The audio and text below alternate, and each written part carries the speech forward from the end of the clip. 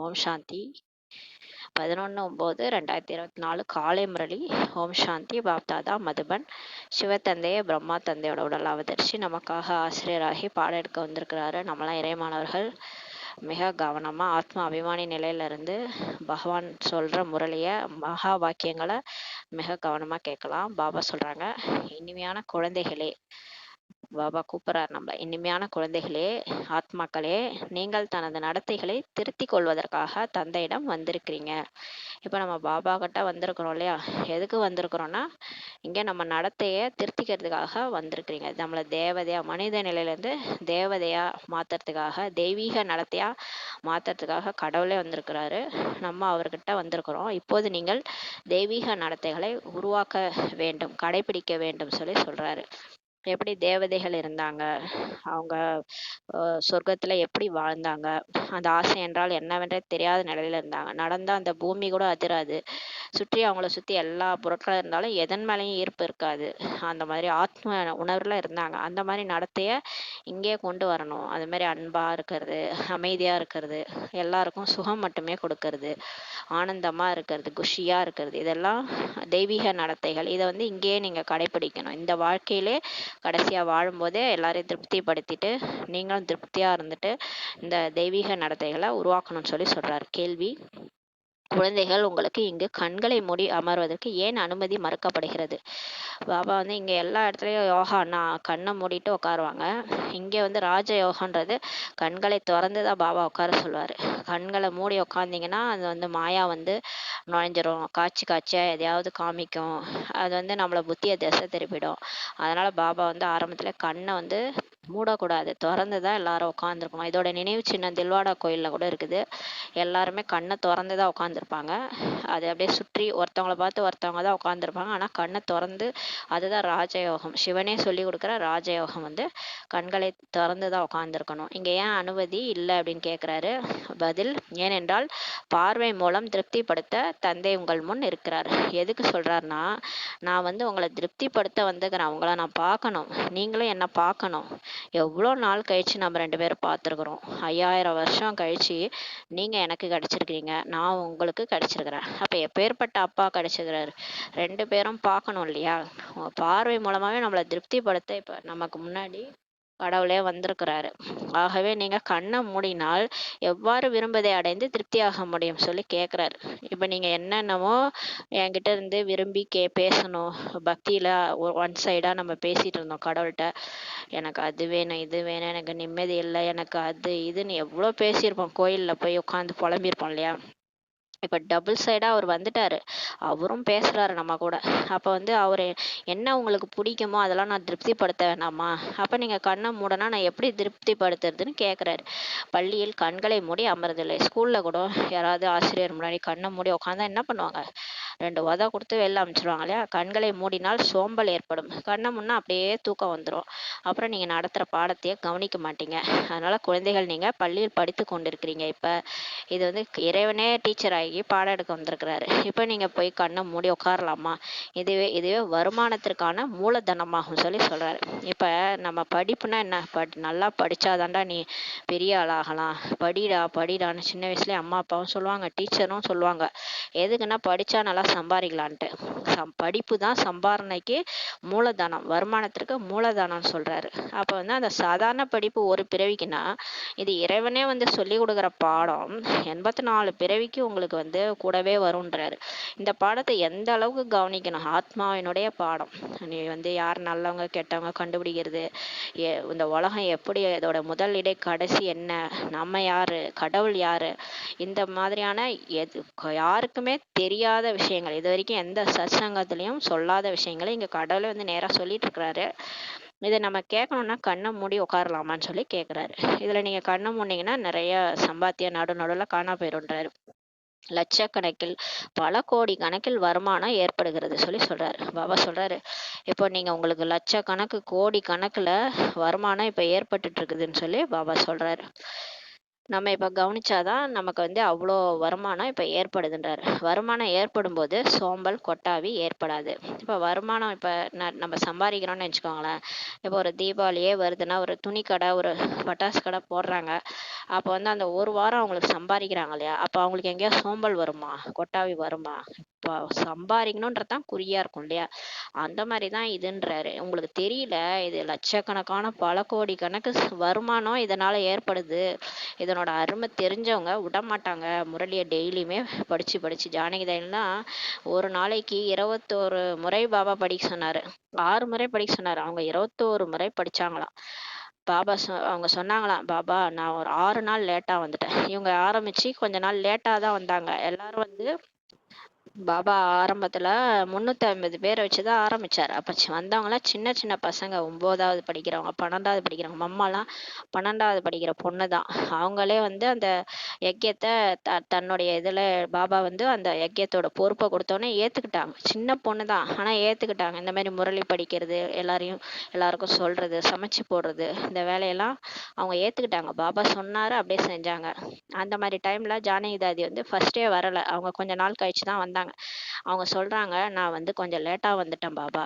அப்ப நான் எவ்வளவு முயற்சி பண்ணணும், நான் எவ்வளவோ இழந்துட்டேனேன்னு சொன்னாங்களாம். பாருங்க, அவங்களுக்கு வந்து இந்த முரளி உடைய அருமை தெரிஞ்சதுனால அவங்க சொல்றாங்க, ஐயோ நான் இழந்துட்டேன் பாபா, நான் எவ்வளவோ இழந்துட்டேன், அவங்களெல்லாம் விட கம்மியா இருக்கிறேன் அப்படின்னோடனே பாபா சொன்னாராம், நீ ஒரு நாளைக்கு 6 தடவை படி அப்படின்னு. அவங்க 21 தடவை படிச்சாங்களாம் முரளிய. பாருங்க, நம்மளாம் ஒரு தடவை தான் படிக்கிறோம். அப்ப எந்த அளவுக்கு லட்சக்கணக்கில் பல கோடி கணக்குல இந்த முரளி மூலமா வருமானம் ஏற்படுது. இதை புத்தியில ஸ்டோர் பண்ணிட்டு போறோம். இதுதான் நமக்கு அடுத்தடுத்த பிறவிகளுக்கு வருமானம் ஆகுதுன்றத பாபா சொல்றாரு. இந்த வருமானம் வரும்போது உங்களுக்கு சோம்பல், கொட்டாவிலாம் ஏற்படாது. அந்த அளவுக்கு உங்களுக்கு அதன் மேல அதனுடைய அருமை தெரிஞ்சிருந்தா உங்களுக்கு வராது கொட்டாவி, சோம்பல்னு சொல்லி சொல்றாரு. ஓம் சாந்தி. இனிமேல இனிமையான ஆன்மீக குழந்தைகளுக்கு இப்ப தந்தையை வந்து புரிய வைக்கிறார். ஆன்மீக தந்தை பரந்தாமத்துல இருந்து வந்து நமக்கு சொல்லி கொடுக்க வந்திருக்கிறார் என்பதை நீங்க அறிஞ்சிருக்கிறீங்க. என்ன சொல்லி கொடுக்கிறாரு? தந்தையோட ஆத்மாவின் யோகத்தை ஈடுபடுத்த கற்றுக் கொடுக்கின்றார். இப்ப என்ன சொல்லி கொடுக்கிறாரு? அவரோட நம்மளை நினைக்கிறதுக்கு தான் சொல்லி கொடுக்கிறாரு. இதுக்கு பேர் தான் ராஜயோகம். இதையே நினைவு யாத்திரைன்ட்டு சொல்லப்படுது. இப்ப கடவுள் என்ன சொல்லி கொடுக்க வந்திருக்கிறாரு? வந்து உங்களை ஆத்மான்னு புரிஞ்சுக்கிட்டு, நான் இந்த தேகம் கிடையாது, உடல் கிடையாது, இது வரைக்கும் பக்தி மார்க்கத்துல இந்த உடல் தான் நாம அப்படின்னு நினைச்சிட்டு வேற வேற உடலெல்லாம் நம்ம சாமியை நினைச்சுக்கிட்டு கும்பிட்டுட்டு இருந்தோம். இப்போ வந்து இந்த உடலே நீங்களே இந்த உடல் கிடையாது, நானும் எனக்கும் உடல் கிடையாது, நான் நிராகார் பரம்பிதா பரமாத்மா. இந்த உடலற்ற தன்மையை நீங்க உணர்ந்து அசரீரியா ஆனாதான் என்னோட உங்களுக்கு கனெக்ஷன் ஏற்படும். கனெக்ஷன் ஏற்படுறது எப்படின்றத சொல்லி கொடுக்கதான் வந்திருக்கிறார். இதுதான் ராஜயோகம். தந்தையை நினைவு செய்து இனிமையான ஆன்மீக குழந்தைகள், நீங்கள் தூய்மையாகி தன்னுடைய தூய்மையான சாந்தி தாமத்திற்கு சென்றடைவீர்கள் என கூறப்படுகிறது. பாபா சொல்றாரு, என் நினைச்சு நினைச்சு நீங்க தூய்மையாயிடுவீங்க. பாபா ஆத்மா உணர்வுல இருந்து பாபா பாபான்னு அவரை சிவனை நினைவு பண்ணி தூய்மையாயிட்டு நீங்க பரந்தாமத்துக்கே போயிருவீங்கன்னு சொல்லி சொல்றாரு. எவ்வளவு சகஜமாக இப்ப புரிய வைக்கப்படுது. தன்னை ஆத்மான்ட்டு புரிஞ்சுக்கிட்டு தனது அன்பான எல்லையற்ற அப்பாவை நினைவு செய்வதால் உங்களுடைய பல பிறகுகளின் பாவங்கள் எரிந்துவிடும். இதேதான் யோகா அக்னி என்று சொல்லப்படுகிறது சொல்லி சொல்றாரு. அவரை நினைக்க நினைக்க நம்ம பல ஜென்ம பாவம் எரிஞ்சிருதுன்றாரு. அவர் எப்படி நம்ம வந்து ஆத்மான்னு உணர்ந்து அவரை நினைக்கிறோம். அவரை நினைக்க நினைக்க அந்த அமிர்த வேலை யோகத்துல அந்த எந்த டிஸ்டர்பன்ஸும் இல்லாம நான் ஆத்மா, என்னுடைய அப்பா பரம்பிதா பரமாத்மா பரந்தாமத்துல புள்ளியா இருக்கிறாரு, நானும் புள்ளியா இருக்கிறேன், ஸ்டார் மாதிரி இருக்கிறேன் அப்படின்னு நினைக்க நினைக்க அந்த ஒரு யோகா அக்னி கிளம்புது. எந்த ஒரு கனெக்ஷன், ஒருவரோட நினைவுன்னும் போது எந்த ஒரு ஒரு கனெக்ஷனும் மற்ற எந்த நினைவு இல்லாம அவரை நினைக்கும் போது அந்த யோகா அக்னியில நெருப்பு மாதிரி இருக்கும் அந்த யோகா. அதுல வந்து நம்மளோட பாவம்லாம் எரிஞ்சிருதுன்னு சொல்லி சொல்றாரு. இந்த பூவோட சேர்ந்த நாரும் மணக்கும்னு சொல்லுவாங்களே, அவர் பியூரா இருக்கிறாரு. அவரு கூட நம்ம சேரும் போது, அவரை நினைக்கும் போது அவரை மாதிரியே நம்மளும் மாறிடுறோம், தூய்மையா ஆயிடுறோம். அவ்வளவுதான். அவர் வந்து அவர் கூட சேர்ந்தோடனே நம்மளையும் தூய்மை ஆக்கிடுறாரு. அது மாதிரிதான் நம்ம பாவம் அழிஞ்சிருதுன்றாரு. இது பாரதத்தின் பழமையான ராஜயோகமாகும் சொல்லி சொல்றாரு. இதனை தான் தந்தை மட்டுமே ஒவ்வொரு 5000 ஆண்டுகளுக்கு பிறகு வந்து நமக்கு சொல்லி கொடுக்கிறார். சிவனே ஒரு யோகம் சொல்லி கொடுத்தாருன்னு கூட சாஸ்திரங்கள்ல இருக்குது. சிவன் தான் அந்த பழமையான ராஜயோகத்தை சொல்லி கொடுத்தாருன்ட்டு. அது இதுதான் அவங்க சொல்லிட்டு இருக்கிறாங்க. 5000 வருஷம்ன்றது அவங்க லட்சக்கணக்கான வருடம்ன்றதுனால அவங்க சிவன்னா ஏதோ ஒரு சங்கரர் மாதிரி ஒருத்தர் வந்திருப்பாரு போல, சொல்லி கொடுத்துருப்பாரு போல அவங்க நினைச்சிட்டு இருக்கிறாங்க. ஆனா இதுதான் வந்து ஒவ்வொரு 5000 முறை இந்த ஷிஃப்ட் நடக்குது, உலகம் வந்து மாற்றம் ஏற்படுது, நம்ம கலியுகத்துல இருந்து சத்தியுகமா மாறுது. அப்ப மாறுறதுக்காக தான் கடவுளே வந்து இந்த ராஜயோகத்தை சொல்லி கொடுக்குறான்றது அவங்களுக்கு தெரியாது. எல்லையற்ற தந்தை இப்ப பாரதத்துல வந்து இந்த சாதாரண உடல், இந்த பிரம்மா உடல்ல வந்து இதான் இந்த நம்ம கீதையில கூட எழுதியிருக்கிறாங்க, நான் சாதாரண வயோதிக உடல்ல அவதரிக்கிறேன் அப்படின்ட்டு. அவர் கிருஷ்ணர் ஏற்கனவே உடல் இருக்குது, அவர் ஏன் வந்து ஒரு வயோதிக உடல்ல வரணும்? அதை நல்லா நம்ம புரிஞ்சுக்கணும், ஏன் கிருஷ்ணர் இப்படி எழுதி வச்சிருக்காருன்னு. அப்ப அதை கிருஷ்ணர் எழுதல, பரம்பிதா பரமாத்மா தான் எழுதியிருக்கிறாரு. அவரு புள்ளியா இருக்கிறாரு, அவருக்கு உடல் இல்லைன்றதுனால ஒரு வயோதிகர் உடல்ல வராரு. அதுதான் இந்த பிரம்மா உடல். அவர் பேரு லேக்ராஜ், பேர் லேக்ராஜ். இவர் வந்து ஒரு உடல்ல அவதரிச்சு இவர் பேரையே மாத்திடுறாரு, பிரம்மான்னு மாத்துறாரு. அதை சொல்றாரு, இந்த சாதாரண உடல்ல நான் வந்து உங்களுக்கு புரிய வைக்கிறேன்னு சொல்றாரு. இந்த நினைவின் மூலமாகவே உங்களுடைய பல பிறவிகளின் பாவங்கள் நீங்கிடும். இப்ப பாபா பாபா நம்ம அவரை நினைச்சு நினைச்சு பல பிறவி பாவம் நம்மள்ட்ட இருந்து போயிருன்றாரு. அவர் தான் எழுதி கேட்கிறாருல, இந்த பிறவி பாவத்தை எனக்கு எழுதி கொடுத்துருங்கன்றாரு. எழுதி கொடுத்தாலே பாதி மனசு ரிலாக்ஸ் ஆயிடுது, பாதி பிரச்சனையை அவர் எடுத்துக்கிறாரு, மீதியை தான் நம்ம அனுபவிக்கிறோம். மற்றபடி பல பிறவிகளா நம்ம தலையில இருக்கு போல சுமை, அதெல்லாம் அவரை நினைக்க நினைக்க நீங்கிறோன்றாரு. அப்ப பாபா ஆத்மான்னு உணர்ந்து அவரை நினைக்க சொல்றாரு. ஏனென்றால் தந்தை தூய்மைப்படுத்துவராக மற்றும் சர்வ சக்திவானாக இருக்கிறாரு. அவரை எல்லாரையுமே தூய்மைப்படுத்துவரா சர்வ சக்திவானாவும் இருக்கிறாரு. உங்களுடைய ஆத்மாவின் பேட்டரி இப்போது தமோ பிரதானமாக ஆயிடுச்சுன்றாரு. இப்போ நம்ம எல்லாருமே கெட்டு போயிட்டோம் இல்லையா, உலகத்தினர் கலியுகத்துல எல்லாருமே ஆத்மாக்கள் கெட்டு போய் தான் இருக்கிறாங்க. அவங்க பேட்டரி டிஸ்சார்ஜ் ஆயிடுச்சு. பாபா சக்திசாலியா தான் அனுப்பிச்சு வச்சாரு. ஆனா இப்ப நம்ம பேட்டரி வந்து அந்த காமம் கோபம் பற்று ஆசை அகங்காரத்துல போய் போய் இப்ப தமோ பிரதான நிலையில நம்ம வந்துட்டோம்.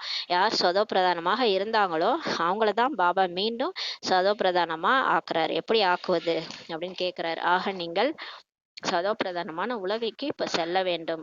இப்ப நீங்க திரும்ப சதோ பிரதானமா தூய்மை ஆனாதான் சொர்க்கத்துக்கு போக முடியுன்றாரு. மேலும் சாந்தி தாம வீட்டுக்கும் நீங்க செல்லணும். இப்ப எல்லாருமே முக்தி கேக்குறாங்க இல்லையா, முக்தினா என்னது? இந்த உடல்ல இருந்து முக்தி, அதான் முக்தி.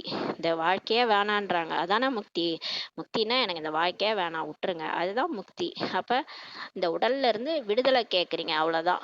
ஆத்மான்றது உயிர் வந்து அந்த உடலை விட்டு கடவுள்கிட்ட போகணும்னு நினைக்குது, அது மறுபிறவி வேணாம், இந்த உடல்ல இருந்து என்ன அனுபவிச்சதெல்லாம் போதும் அப்படின்னு தான் சொல்லி முக்தி கேட்பாங்க. அந்த முக்தின்றது எங்க கிடைக்கும்? சாந்தி தாமத்துக்கு வீடு வீடு பேருன்னு சொல்லுவாங்க, வீடு பேரு அடையணும்ட்டு, அதுதான் முக்தின்னு சொல்லுவாங்க. வீடுன்றது நம்ம ஆத்மாக்களுடைய வீடு, அது 6வது தத்துவம். அங்கதான் பரந்தாமம், அங்கதான் நம்ம எல்லாம் வசிக்கிற இடம். நம்ம அங்கிருந்து வந்துதான் இங்க நடிக்க வரோம்னு சொல்லி பாபா சொல்றாரு. இப்ப நடிப்பு முடிஞ்சது ஆட்டோமேட்டிக்கா எல்லாருக்கும் முக்தி கிடைச்சிரும்ன்றாரு. ஆனா எல்லாரும் முக்தி அடைஞ்சிட்டு அங்கேயே இருக்க முடியாது, திரும்ப வந்து இந்த டிராமா ரிப்பீட்டு, இது திரும்ப நடிக்க வரணும், சொர்க்கத்துல நீங்க எல்லாரும் திரும்ப நடிக்கணும்னு சொல்லி சொல்றாரு. இப்ப சாந்தி தாமத்துக்கு நம்ம போகணும், திரும்ப சொர்க்கத்துல இருந்து நடிக்க வரணும். குழந்தைகள் இதனை மிகவும் நல்ல முறையில நினைவுல வைக்கணும்னு சொல்லி சொல்றாரு. தந்தை குழந்தைகளுக்கு இந்த டோஸ் இப்ப கொடுக்கின்றார். இப்ப பாபா வந்து நம்ம நினைக்க வைக்கிறார், அவரை நினைக்க வைக்கிறார். இந்த நினைவு யாத்திரையை நீங்க எழுந்தாலும் உட்கார்ந்தாலும் நடந்தாலும் சுற்றினாலும் நீங்க செய்ய முடியும். நம்ம இது வரைக்கும் யோகானா என்ன பண்ணோம்? போயிட்டு நம்ம உட்காருவோம், அப்படியே மனசு புத்தியை ஒருநிலைப்படுத்துறன்ட்டு நெற்றி பருவத்தையே பாருங்கன்னுவாங்க, அப்படியே தூக்கம் வந்துடும், தூங்கிடுவோம், இல்லைன்னா தலைவலி வந்துடும். எங்கெங்கேயோ என்னென்னமோ செஞ்சு பார்த்தோம், ஆனால் இந்த எண்ணங்கள் வந்து கட்டுப்பாடே இல்லாமல் ஓடிக்கிட்டு இருந்தது. எந்த ஒரு உணர்வுமே எங்கே போய் நமக்கு வரல. அதனால் பாபா என்ன சொல்கிறாரு, நீங்கள் யோகான்னா நீங்கள் உட்காந்து தான் செய்யணும்னு அவசியம் கிடையாது, நீங்கள் படுத்துன்னு கூட செய்யலான்னு சொல்கிறாரு. நீங்கள் என்னை நினைக்கணும், ஆத்மான்னு புரிஞ்சுக்கிட்டு என்னை நினச்சா போதும். இந்த உடல் அபிமானத்தை விடணும். எழுந்தாலும் சரி, உட்காந்தாலும் நடந்தாலும் சுத்தினாலும் என்ன செஞ்சாலும் நீங்கள் வெளியில் டூர் கூட போங்கன்றாரு, எங்கே வேணாலும் போங்க, ஆனால் என்னை நினச்சிக்கங்கன்றாரு. உங்களுக்கு வந்து ஒரே இடமா உட்காரவும் கூடாது இல்லையா, ஏன்னா கர்ம யோகி நம்மலாம், கர்மான்றது செஞ்சுதான் ஆகணும். மூச்சு விடுறது கூட ஒரு கர்மா தான். இப்போ சன்னியாசிகள் கர்ம சன்னியாசின்னு சொல்கிறாங்களே, ஆனால் அவங்க உண்மையில கர்மத்தில் யாருமே சன்னியாசம் பண்ண முடியாதுன்னு சொல்லி பாபா சொல்கிறாரு. ஏன்னா எல்லாருக்குமே கர்மான்றது இருக்குது, மூச்சு விடுறது கூட ஒரு கர்மான்னு சொல்லி சொல்கிறாரு. அப்போ சன்னியாசிகள்னா மூச்சு விடாமலா இருக்கிறாங்க? அப்போ மூச்சு விடுறதே ஒரு கர்மா தான். யாரும் கர்மத்தை சன்னியாசம் பண்ண முடியாது. சாப்பிட்றது, தூங்குறது, எழுந்திருக்கிறது, நடக்கிறது, இது எல்லாமே கர்மா தான் இல்லையா. இதெல்லாம் இந்த கர்மா வந்து யாரையும் பாதிக்காது. தீய கர்மா கிடையாது. இது சாதாரண கர்மா. நம்ம எல்லாரும் செஞ்சுதான் ஆகணும். அதனால பாபா சொல்றாரு, நீங்க எந்த கர்மா செஞ்சாலும் யோக நிலையில இருந்து செய்யுங்க. அப்படியே என்ன நினைச்சுக்கங்க. எங்க வேணாலும் போங்க, சுத்துங்க. ஆனா நினைவுல ஒரு பாபா, என் கூட பாபா வராரு. பேங்க் போறீங்களா, பாபாட்ட சொல்லிட்டு போங்க. பாபா நான் போறேன். அங்க நீங்க தான் இருக்கணும். என் வேலையெல்லாம் முடிச்சு வைக்கணும்னு சொன்னா அவர் முடிச்சு வச்சிருவாரு. இது மாதிரிதான் சாதாரண வயோதிக மாத்தாஸ்க்கு கூட பாபா ஈஸியா நினைக்க வைக்கிறாரு. மேரா பாபா சொல்லுங்க போதுன்றாரு. கடவுளே பாருங்க வந்து ஈஸியான யோகா சொல்லி கொடுக்குறாரு. வெளியில வந்து குழப்புறாங்க இல்லையா, மூச்சு பயிற்சி பண்ணுங்க, தலை கீழே நில்லுங்க, இப்படி உட்காருங்க அப்படி உட்காருங்கன்ட்டு நம்ம இருக்கிறவங்களே ரொம்ப ஏற்கனவே முடியாதவங்க கை கால் சுளுக்கிக்கும் போலகுது அங்கெல்லாம் போனா நமக்கு. அந்த மாதிரி பாபா எந்த தொந்தரவும் நமக்கு செய்யறது கிடையாது. குழந்தைகளே நீங்களாம் ஆத்துமா, நான் உங்களுடைய அப்பா, என்ன அப்பான்னு நினைங்க போதும்னு சொல்றாரு. இது வந்து யார் வேணாலும் இந்த மாதிரி யோகாவை செய்ய முடியும். இதுதான் சிவனே கத்து கொடுத்த பழமையான ராஜ யோகம்னு சொல்லி பாபா சொல்றாரு.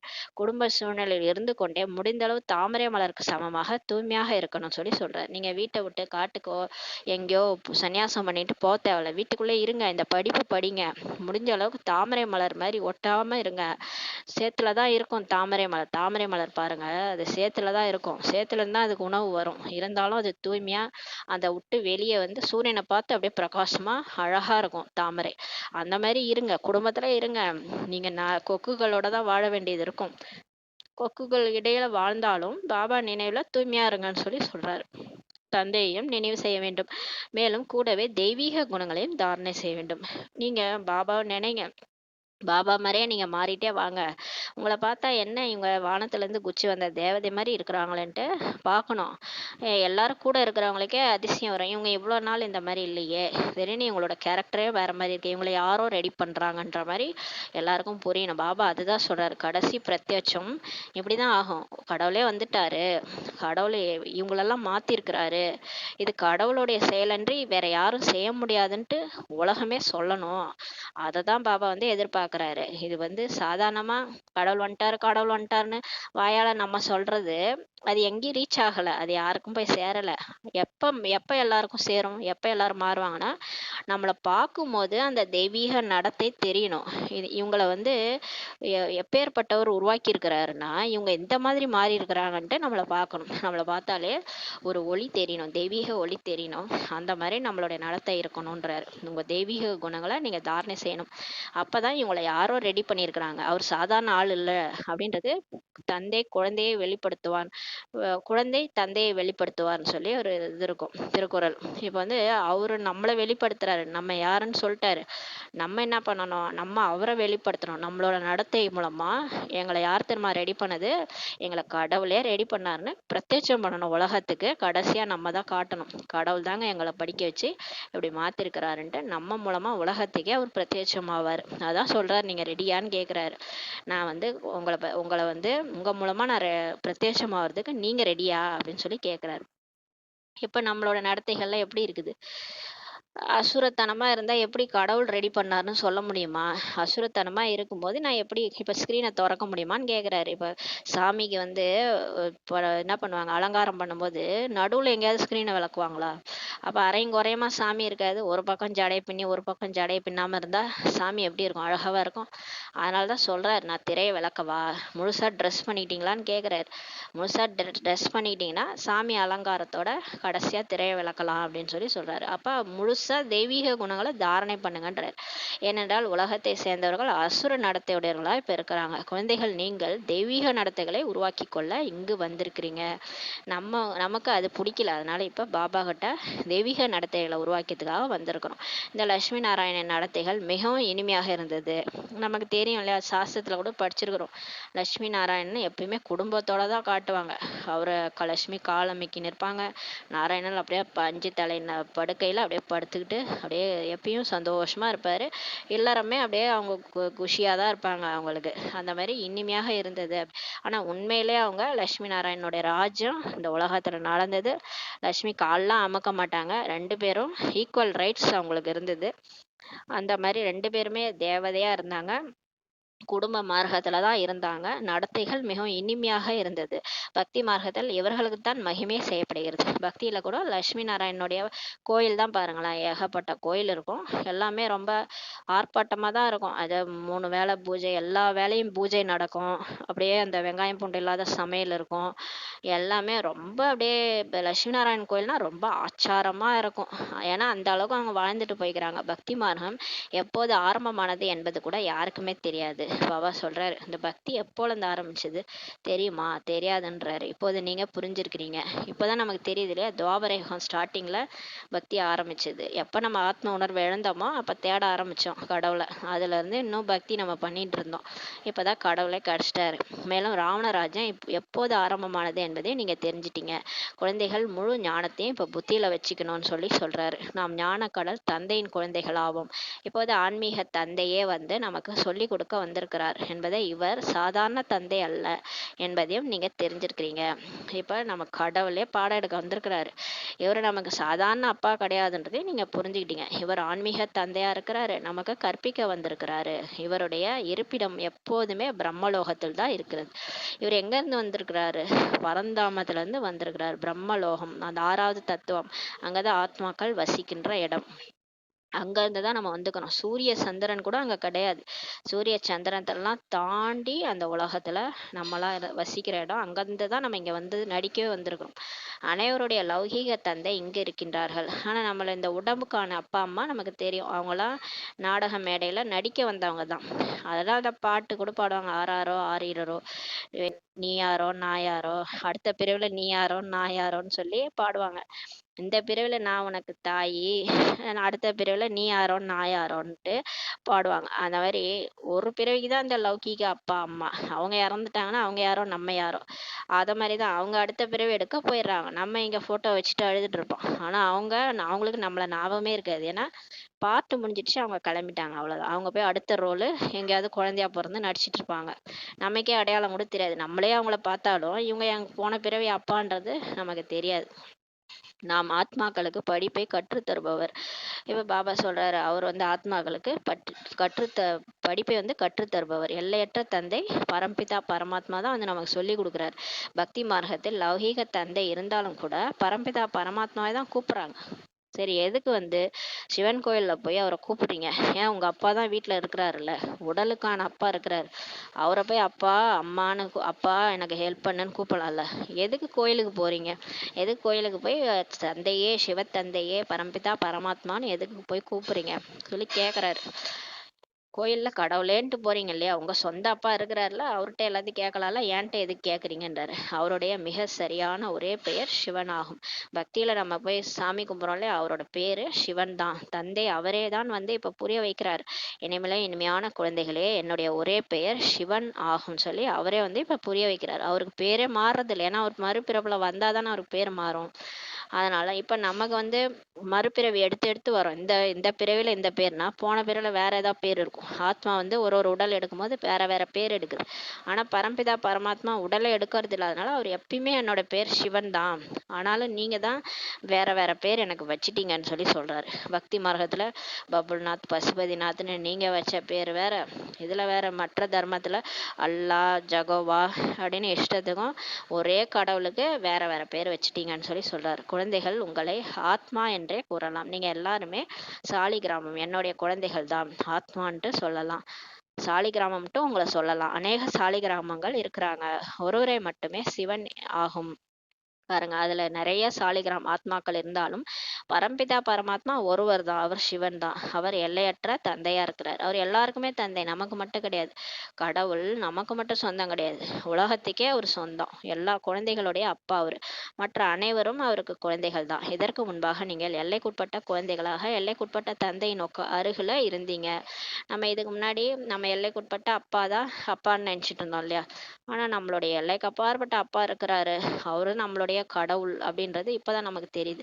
அப்போது நமக்கு ஞானம் இல்லை. மற்றபடி அதே அநேக விதமான பக்தி செய்தீர்கள் சொல்லி சொல்றாரு. நமக்கு பக்தி மார்க்கத்துல நிறைய சாமி கும்பிட்டோம் இல்லையா. அது ஹிந்து தர்மத்துல ஒரு சாமி ரெண்டு சாமி கிடையாது, ஏகப்பட்ட சாமி. அம்மன்ல இருந்து முருகர்ல இருந்து விநாயகர்ல இருந்து சாய்பாபால இருந்து ஏதேதோ நம்ம சாமியை கும்பிட்டு வந்து அநேக விதமான பக்தி பண்ணீங்க. அரை கல்பமாக நீங்க பக்தி செய்தீங்க. நீங்க இந்த பிறவி இல்ல, 2500 வருஷமா நீங்க எங்கெங்கேயோ பிறந்திருப்பீங்க பாரதத்திலே.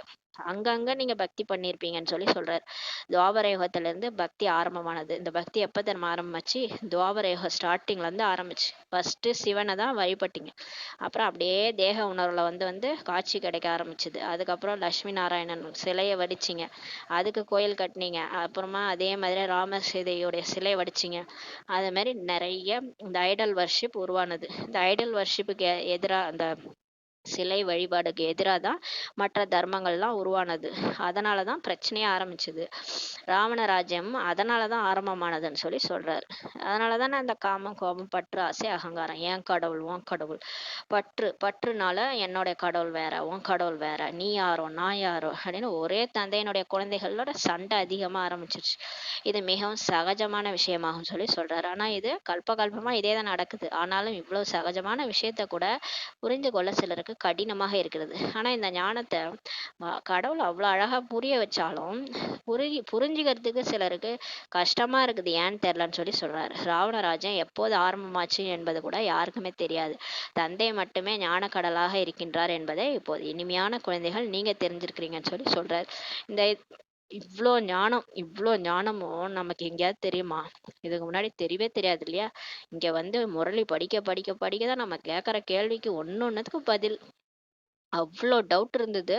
ஒரு ஒரு நாளும் ஒரு ஒரு முரளியில ஒரு ஒரு நம்ம கேட்குற டவுட் நாள் பாபாட்ட கேட்போம், மறுநாளே அதுல தெளிவு பண்ணியிருப்பாரு. அது மாதிரி நமக்கு இப்ப கடவுள் தான் ஞான கடலா இருக்கிறாரு அப்படின்ட்டு நம்ம இப்ப புரிஞ்சுக்கிட்டோம். அவரிடம் என்ன இருக்கிறதோ அதை குழந்தைகளுக்கு இப்ப கொடுக்கின்றார். சாஸ்திரங்கள் பக்தி மார்க்கத்தை சேர்ந்தது. இப்ப பாபா அவர்கிட்ட என்னெல்லாம் ஞானம் இருக்கோ அதை நம்ம அறிவு இருக்கு இல்லையா, அறிவெல்லாம் சொல்லி கொடுக்குறோம். இப்போ டீச்சர் வந்து அவங்களுக்கு தெரிஞ்ச மேக்ஸ் சொல்லி கொடுப்பாங்களா, அந்த மாதிரி அந்த ஞான கடலா ஆசிரியரா இருக்கிறவரு அவருக்கு என்ன தெரியுதோ எல்லாம் நமக்கு சொல்லி கொடுக்குறாரு. மற்றபடி இந்த சாஸ்திரங்கள் ராமாயணம், மகாபாரதம் இதெல்லாம் பக்தி மார்க்கத்தை சேர்ந்ததுன்றாரு.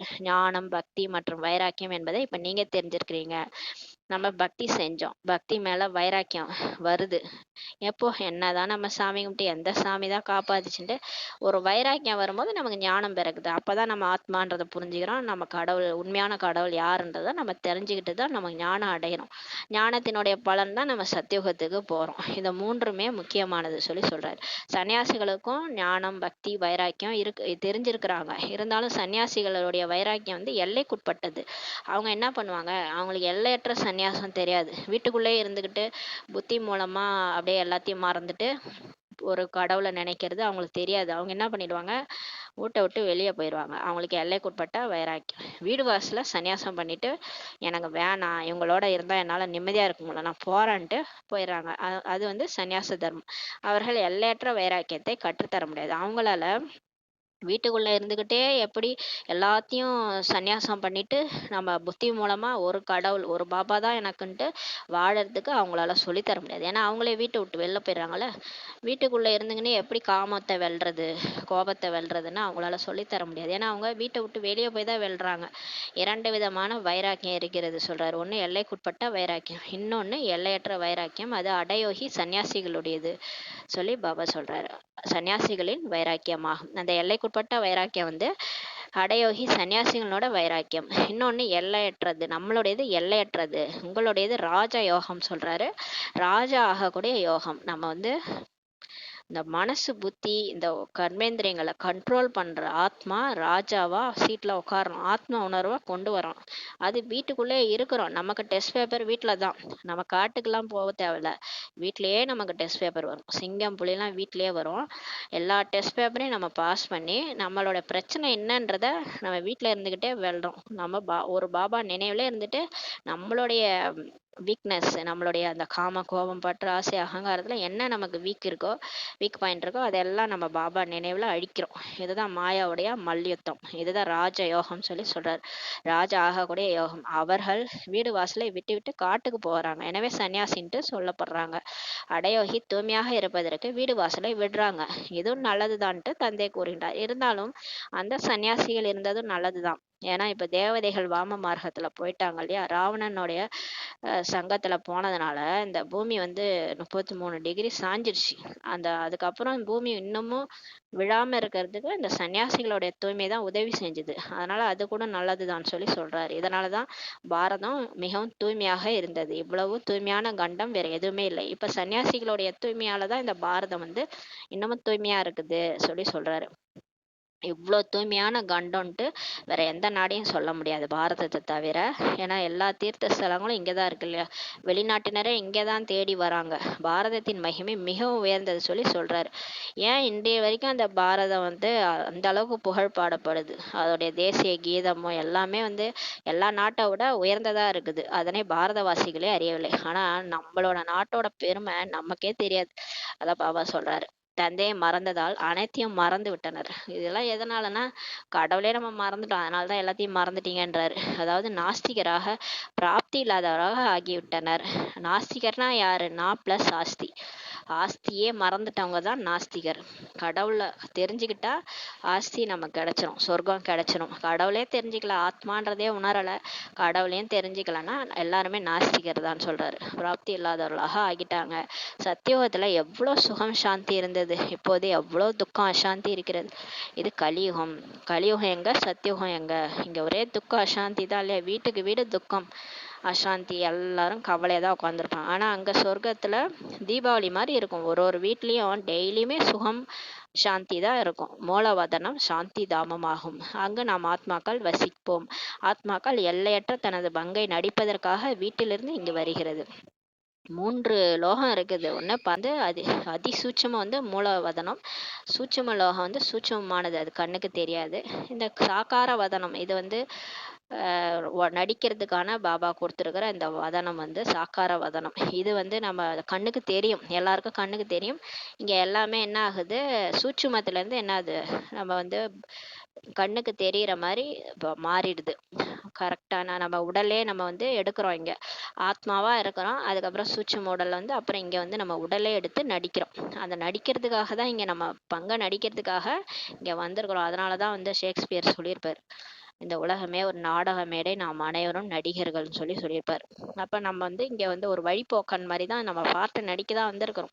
ஆனா நடிக்க வந்தவங்க இதை நம்ம உண்மைன்னு நினைச்சிட்டு அப்படியே அந்த அளவுக்கு தேகாபிமானத்துல நம்ம இந்த வாழ்க்கையை உண்மைன்னு நினைச்சிட்டு வாழ ஆரம்பிச்சிட்டோம். இப்ப கடவுளே வந்து புரிய வைக்கிறார், குழந்தாய், இது ஒரு கார்ட்டூன் ஷோ, இது ஒரு சினிமான்னு நினைச்சு பாரு, உன் வாழ்க்கையே ஒரு சினிமா தான், இதுவே ஒரு சினிமா தான், நீ சாட்சியா இருந்து உன் வாழ்க்கைய பாருன்னு சொல்லி புரிய வைக்கிறாரு. இப்போது இது புருஷோத்தம சங்கமேகம். இப்ப வந்து ஆத்மா உத்தமம் ஆவதற்கான சங்கமேகம். இப்ப நம்ம பாடி உடல் அபிமானத்துல இருந்தோம் இல்லையா, அந்த உடல் தான் நான் இருந்தோம். இப்ப அந்த உடல் நான் இல்ல, நான் ஆத்மான்ற அந்த உணர்வை தட்டி எழுப்புறாரு. அந்த யுகம்தான் புருஷோத்தம சங்கமேகம். இங்குதான் எல்லையற்ற தந்தையே புது உலகத்திற்கு அழைத்து செல்ல வந்திருக்கிறார். இப்ப கடவுளே வந்திருக்கிறாரு. எப்ப வந்திருக்காரு, யுக யுகமா வரல. இந்த 4 யுகம் முடிஞ்சு கலியுக கடைசியில எப்ப அதர்மம் தலை தூக்குதோ அப்பதான் ஆத்மாவை உத்தமமாக்கிறதுக்காக புருஷோத்தம சங்கம யுகத்துல வந்திருக்கிறாரு. புது உலகத்துக்கு நம்ம அழைத்து போக வந்திருக்கிறார். தந்தை வந்து உத்தமரலும் உத்தமமானவராக நம்மளை ஆக்குறார். ஒரே பிறவிலே எப்படி சாதாரண மனுஷனா இருந்தவங்களை தேவதையாக்க முடியும்? அவர் செய்யறாரு பாருங்க. அது செய்ய முடியாத காரியத்தை யாரால செய்ய முடியும்? இறைவனாலதான் செய்ய முடியும். நம்மளால ஒருத்தவங்களை மாத்த முடியாது. ஒரு 196 கண்ட்ரீஸ்ல எல்லாரும் ஆத்மாக்களும் இதே முறையிலே படிச்சுட்டு இருக்கிறாங்க. அட் அ டைம் இத்தனை பேரை மாத்திட்டு இருக்காருன்னா அவர் சாதாரண ஆள் நினைக்கிறீங்க நீங்க? அவர் எப்பேற்பட்டவர், அவர் உலக மாற்றத்தையே செய்யக்கூடியவர், சர்வ சக்திவான். அவரை போய் சாதாரணமா எடை போடாதீங்க. கடவுள் வந்து சாதாரணமானவரே கிடையாது. உயர்ந்ததெல்லாம் உயர்ந்தவர் பகவான் என சொல்லப்படுகிறது. பாடுறாங்களே எல்லா புகழும் இறைவனுக்கென்ட்டு. அப்ப எதனால பாடுறாங்க? எல்லா தர்மமும் பாடுறாங்க. அவர் ஏதோ செஞ்சுட்டு போயிருக்கிறாரு. போன காலமா 5000 வருஷத்துக்கு முன்னாடி அவர் ஏதோ பண்ணிட்டு போயிருக்காரு. அதனாலதான் எல்லாரும் அவரை அப்படி புகழறாங்க. ஆனால் அவர் யாரே பகவான் என்று சொல்லப்படுகிறது என்பதெல்லாம் தெரியவில்லை. எல்லாரும் கடவுளை சொல்றாங்க, ஆனா கடவுள் யாரு, எப்படி இருப்பாரு, அவர் என்ன செய்யறாரு, எதுவுமே அவங்களுக்கு தெரியாது யாருக்கும். ஒரு பெரிய லிங்கத்தை வச்சு இவர்தான் நிராகாரமான பரமாத்மான்ட்டு புரிஞ்சிருக்கிறாங்க. பூஜை மட்டும் செய்யறாங்க லிங்கத்துக்கு. ஆனால் அவர் நம் ஆத்மாக்களின் தந்தை என்றது கூட புரியவில்லை. பாருங்க, கடவுள் அவர் நம்மளுடைய தப்பான்றது கூட புரியாம பூஜை செஞ்சிட்டு இருக்கிறாங்க பக்தி மார்க்கத்துலன்னு சொல்லி சொல்றாரு. எப்போதும் சிவபாபான்ட்டு சொல்றாங்க. ருத்ரா பாபா, பபுல்நாத் பாபான்லாம் சொல்றது இல்ல. சிவத்தந்தைன்னு தான் சொல்றாங்க. சிவபாபா நினைவு இருக்கிறதா, பிராப்தி நினைவு இருக்கிறதான்னு தான் நம்மளும் எழுதுறோம் இல்லையா? சிவபாபாவை நினைவு செய்யுங்கள், இதனால் பாவங்கள் எரிந்துவிடும் சொல்லி பாபா சொல்றாரு. ஏனென்றால் அவரே தூய்மைப்படுத்துவராக இப்ப இருக்கிறாரு. இந்த வாசகத்தை ஒவ்வொரு வீட்டிலும் எழுதி வைக்க வேண்டும். இப்ப நம்ம போயிட்டு இதெல்லாம் வந்து ஒவ்வொரு வீட்டிலும் எழுதணும். இந்த வாசகத்தை இந்த அழுக்கான உலகில் ஒருவர் கூட தூய்மையாக இருக்க முடியாது சொல்லி பாபா சொல்றாரு. இப்ப நம்ம இந்த ஒரு நரகம் இல்லையா, இது பத்தித்த உலகம். இங்க ஒருத்தவங்க கூட தூய்மை கிடையாதுன்னு சொல்லி சொல்றாரு. தூய்மையான உலகில் ஒருவர் கூட அழுக்காக இருக்க முடியாது. இப்ப சொர்க்கத்துல ஒருத்தவங்க கூட இவங்க ஒரு ரொம்ப அழுக்கான ஆளு அப்படின்ட்டு யாரையுமே நம்ம சொல்ல முடியாது. ஏன்னா எல்லாருமே அங்க தேவதைகள், எல்லாமே லட்சுமி நாராயணன் மாதிரி அவங்களோட ராஜ்யத்துல இருக்கிறவங்களும் அவங்களும் தேவதைகள். அவங்க பிரஜைகள் கூட அவங்களும் லட்சுமி நாராயணன் மாதிரி அழகா இருப்பாங்க. அதே மாதிரி ட்ரெஸ் போடுவாங்க. அவ்வளோ அழகா இருப்பாங்க சொர்க்கத்துல எல்லாரும். இங்க பாருங்க எல்லாம் அழுக்கா இருக்கிறாங்க. தூய்மையாக யாருமே இருக்க முடியாது சொல்லி சொல்றாரு. யாருமே பெர்ஃபெக்ட்னு சொல்லிக்க முடியாது. உடல்ல இருக்கிற யாரும் பெர்ஃபெக்ட் கிடையாதுன்னு சொல்லி சொல்றாரு. எல்லாருக்கிட்டையும் டிஃபெக்ட் இருக்குது. சாஸ்திரத்தில் எல்லா இடத்துலயுமே அசுத்தமான தவறான விஷயங்களை எழுதியிருக்கிறாங்க. இந்த சாஸ்திரத்துல என்ன எழுதியிருக்கிறாங்க? திரேதாயுகத்துல ராவணன் இருந்தாரு. ராமர் சீதை ராஜ்யம் நடந்தது. சீதையை கடத்திட்டாரு அப்படின்லாம் எழுதி தவறா எழுதியிருக்கிறாங்க. ராமரை கடவுளா வழிபடுறாங்க. ஒரு கடவுளுடைய பொண்டாட்டியை யாராவது கடத்திட்டு போவாங்களா? அது எவ்வளோ பெரிய இழுக்கு. ஒரு கணவன் வந்து ஒரு மனைவியை விட்டுட்டு உக்காந்துருப்பாரா? அதை வந்து சொல்லிலாம் கிண்டல் பண்றாங்க மற்ற தர்மத்துல இருக்கிறவங்கலாம். ஆனா இது ஒரு கதை தான். இது ஒரு சாஸ்திரத்துல வால்மீகின்றவர் எழுதினது இந்த ராமாயணம். அது வந்து துவாபரயுகத்துல எழுதுனது தான். இது உண்மையா நடக்கல. ஆனா சாஸ்திரத்துல அந்த மாதிரி எழுதிட்டாங்க. தவறான விஷயங்களை எழுதிட்டாங்கன்னு சொல்லி சொல்றாரு. உண்மையிலே சீத்தைன்றது ஆத்மா தான். ஆத்மாக்களாகிய நாம் தான். இந்த உடல் அபிமானன்ற ராவணன், மாயைன்றது தான் ராவணன். 5 விகாரம் ஆணுக்கு, 5 விகாரம் பெண்ணுக்கு. அதுதான் 10 தலை ராவணன் உருவாக்கி இருக்கிறாங்க. அந்த ராவணன் மாயா தான் நம்மளை வந்து கடத்திருச்சு. நம்ம வந்து கடவுளை மறந்து இந்த காமம், கோபம், பற்று, ஆசை, அகங்காரத்துல போய் மாட்டிக்கிட்டோம். இப்ப நம்மளை விடுவிக்க தான் கடவுளே வர்றாரு. தீக்குளிக்க வைக்கிறாரு. யோகா அக்னியில அவரை நினைக்க வச்சு ராமரா அவரை தான் வந்து நம்மளை மீட்டு எடுக்கிறாரு. இதுதான் உண்மையான கதை.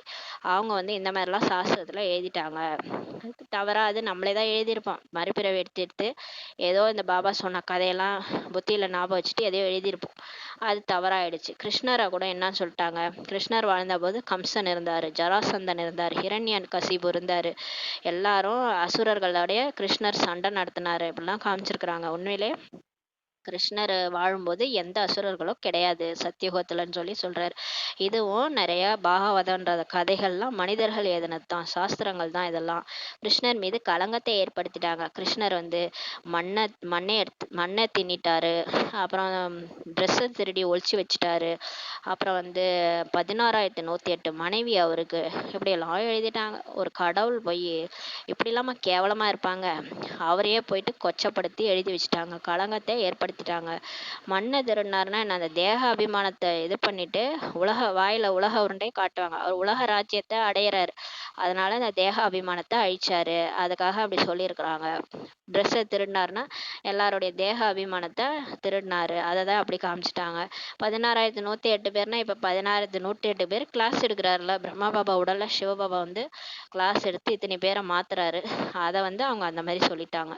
இந்த மாதிரி நிறைய கதைகள் வந்து இந்த ராமாயணம், மகாபாரதம் எல்லாமே வால்மீகி, வியாசரால எழுதப்பட்டது. எதுவுமே நடக்கலைன்னு சொல்லி பாபா சொல்றாரு. சத்தியுகத்தில் இவையெல்லாம் நடக்காது. உண்மையில சொர்க்கத்துல இந்த எதுவுமே நடைபெறாது. அங்க சொர்க்கத்துல வெறும் தேவதைகள் தான் இருப்பாங்க. அங்க அசுரர்கள் இருக்க மாட்டாங்க.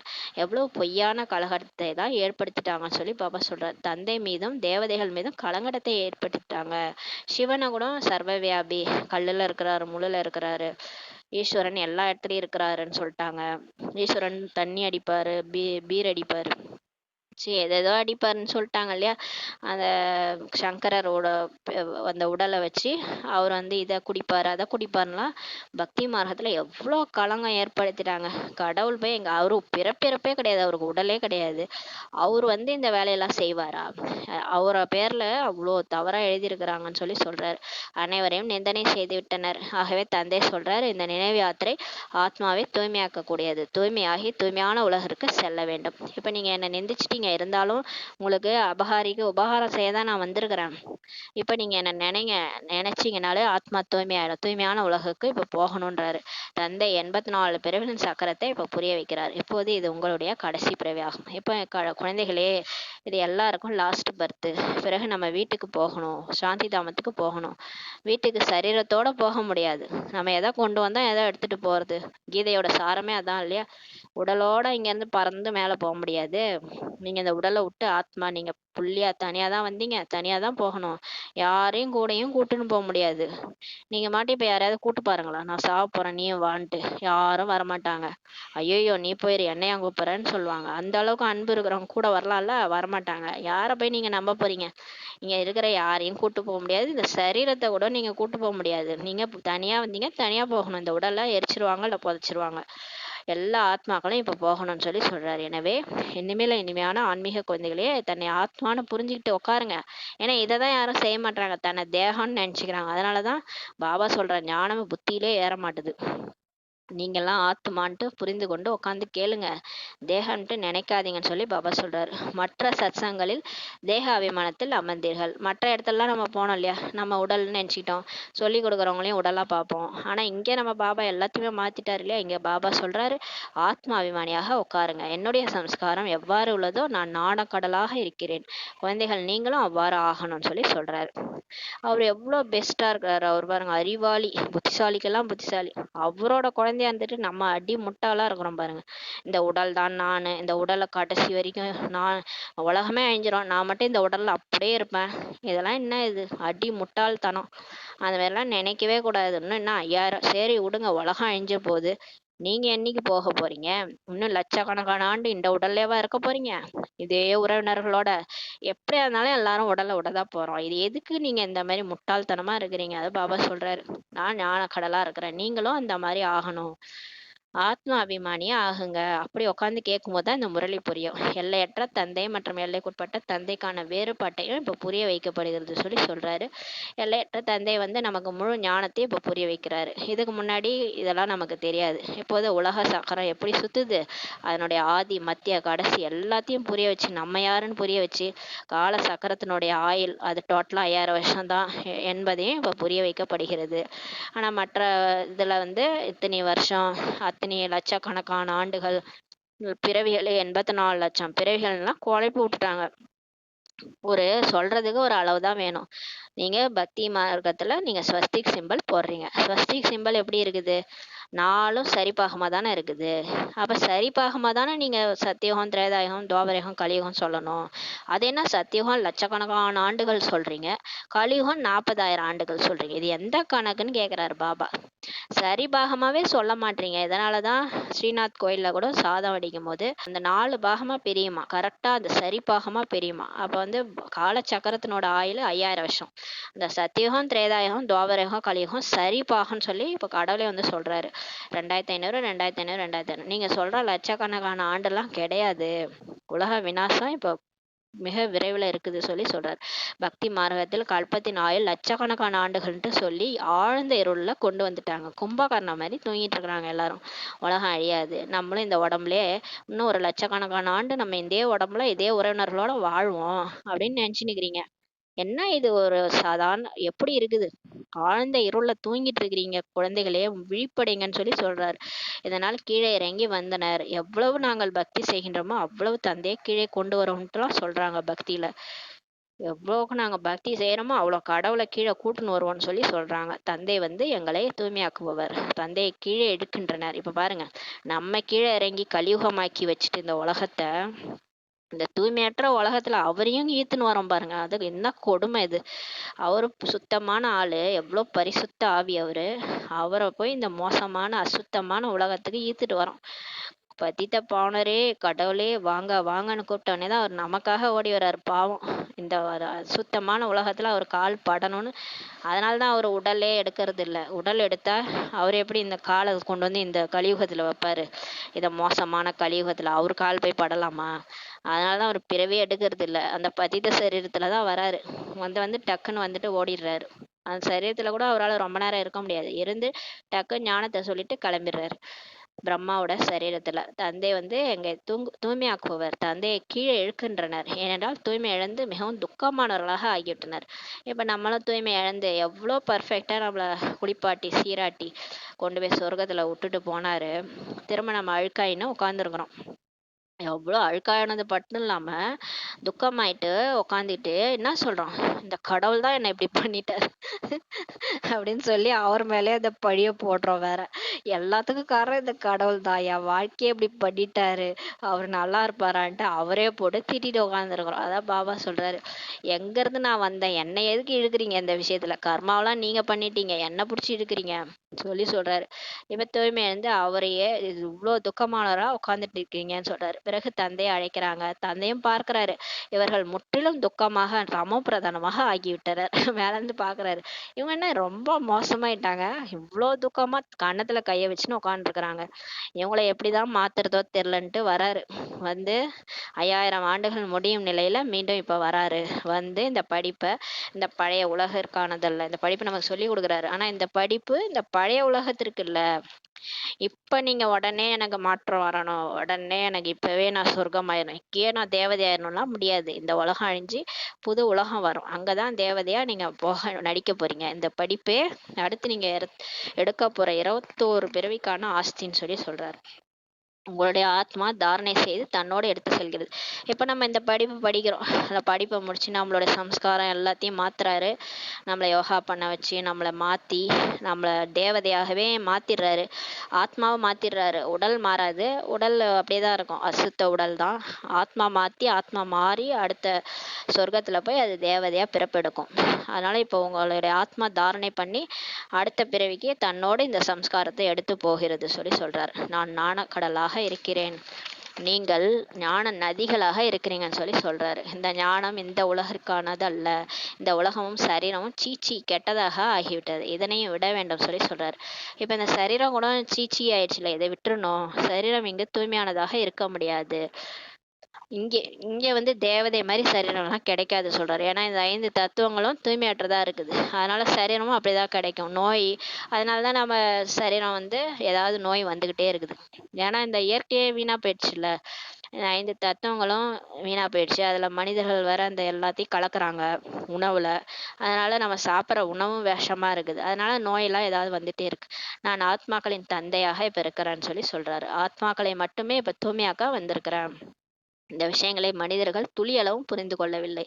பாருங்க, நான் வந்து அந்த நீங்க எல்லாருமே ஆத்மாக்கள், உங்களுடைய அப்பாவா நான் இருக்கிறேன். உங்களை நான் ஆத்மாவை தான் தூய்மையாக்க வந்திருக்கேன்.